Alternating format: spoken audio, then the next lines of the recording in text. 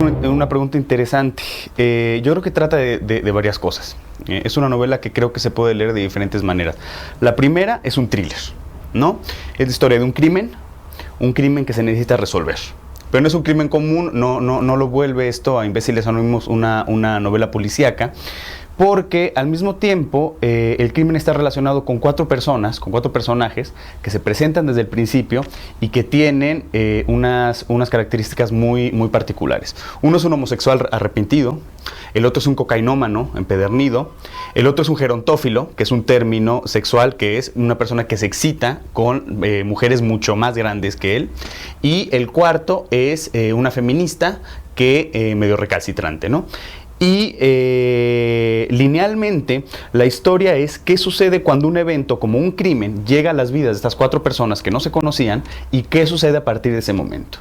Pero al mismo tiempo, la novela Imbéciles Anónimos es un poco una especie de coordenada generacional, ¿no? Yo soy una persona que nació en los 70s, en 75, y creo que a mi generación se le han endilgado muchísimas características, nihilismo, apatía y tal. Entonces es como leer también a mi generación confrontándola con espejo con otra generación, que es la generación del 68, aquellos que eran jóvenes en el 68, ¿no? Que muchos de nosotros, los nacidos en los 70s, fuimos educados justamente por ellos, y entonces también te lleva esto como a una discusión y a una confrontación de valores que parece que del 68 al día de hoy han cambiado muchísimo, ¿no?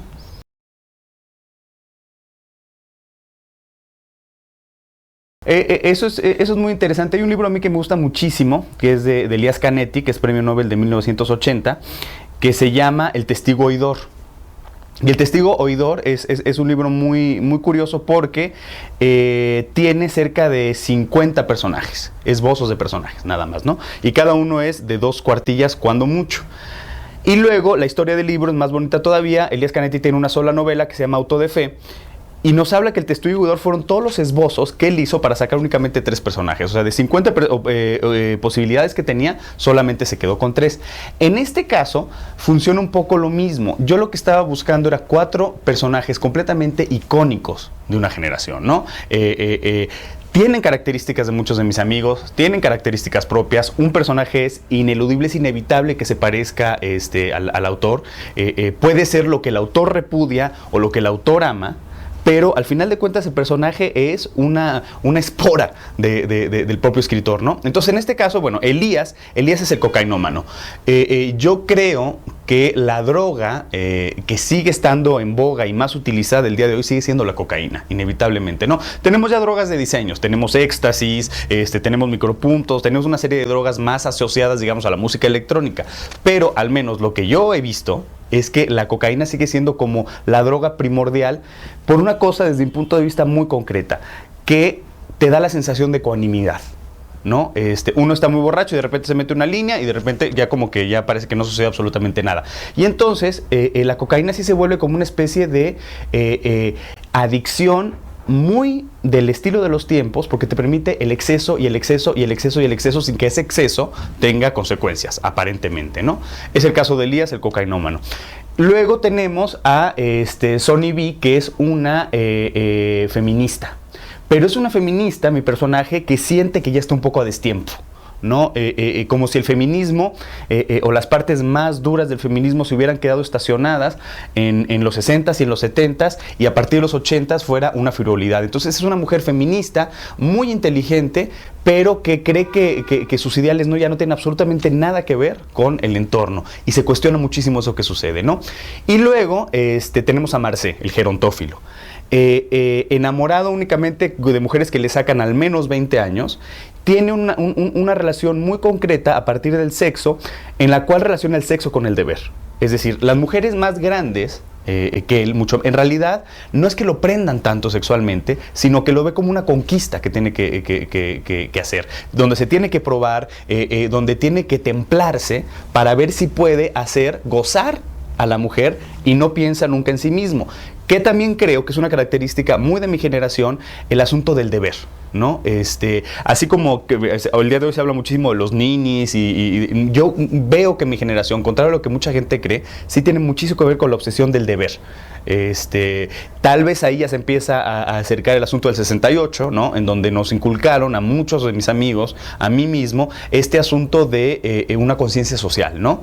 De cómo es posible que estés en medio del hedonismo si hay un obrero trabajando, lo cual es muy cierto y es muy justo, ¿no? Pero de repente eso te llega a otros sitios. Y finalmente nos quedamos con Carlos, un homosexual que de repente se harta de serlo. Ya fue heterosexual, ya pasó su etapa homosexual y de repente parece como que quiere regresar otra vez a la sesión previa. Eso también es una cosa muy común. Yo me acuerdo que hace como 10 años, si mal no recuerdo, se puso de moda una cosa que se llamaba el año del ángel, que era el año de los asexuados, ¿no? Que ya no importaba si te gustaban hombres o mujeres, sino que es esta cosa medio New Age aplicada a la sexualidad, que tiene que ver que no importa si hombres y mujeres. De la misma manera, tengo muchos conocidos que tuvieron temporadas homosexuales, temporadas heterosexuales, y a mí sí me sorprende muchísimo esos saltos de un lado a otro.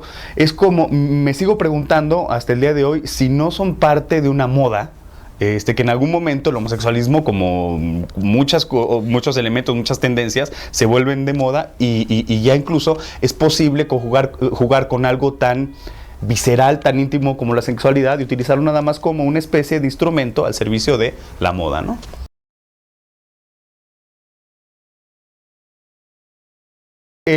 Todos estos 4 personajes llegan a una casa en Cuernavaca, no se conocen entre ellos, pero un quinto personaje les tiende una trampa y los hace llegar ahí a la casa de Cuernavaca. Mira, este personaje es José Mariano Leiva.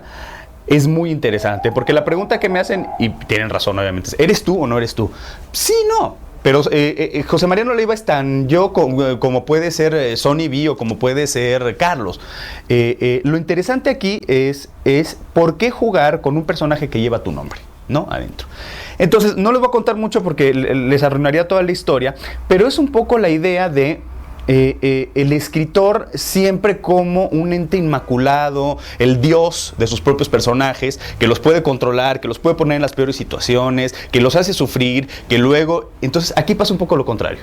Los 4 personajes a lo largo de la novela se empiezan a vengar del escritor y le dan a entender que no es tan intocable como él cree, y ahí es donde entra justamente la parte generacional, ¿no? El hecho de que los 4 personajes más el quinto, que es medio personaje, medio escritor, están relacionados todos por el asunto del contexto generacional, ¿no? Y es un poco también decir que nadie se salva de eso. Hay muchos escritores el día de hoy, muchos de mi generación, que por ejemplo juegan a ser rebeldes, ¿no? Este asunto de la rebeldía y muchos de ellos, esa rebeldía es lo más estudiado que yo he visto, ¿no? Es una manera de protegerse y de poner barreras que se entiende, nadie quiere estar expuesto. Entonces en este caso es un poquito más exponerse, ¿no? Sí hay partes de José Mariano Leiva que son mías, muchas, hay partes muy dolorosas, hay partes muy fuertes, desde mi punto de vista, igual a otra persona no le parece lo mismo, pero es un poco, porque al final de cuentas quiero que Imbéciles Anónimos también sea una especie de posicionamiento y de estudio de mi generación, ¿no? Entonces, insertarte dentro de tu propia novela, jugar contigo mismo, creo que también puede ser un acto de ponernos todos raseros y ni ser pedantes, estudiados, jugarle a la humildad, también de repente es una cosa muy estudiada, sino que sea un poco más natural, ¿no? Yo a veces puedo ser pedante, yo a veces puedo ser humilde, pero pues así somos todos un poco, ¿no?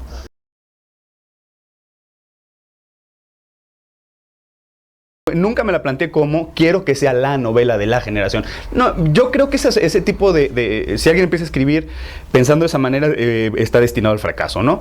Hacer de un libro la voz de la generación depende de la generación.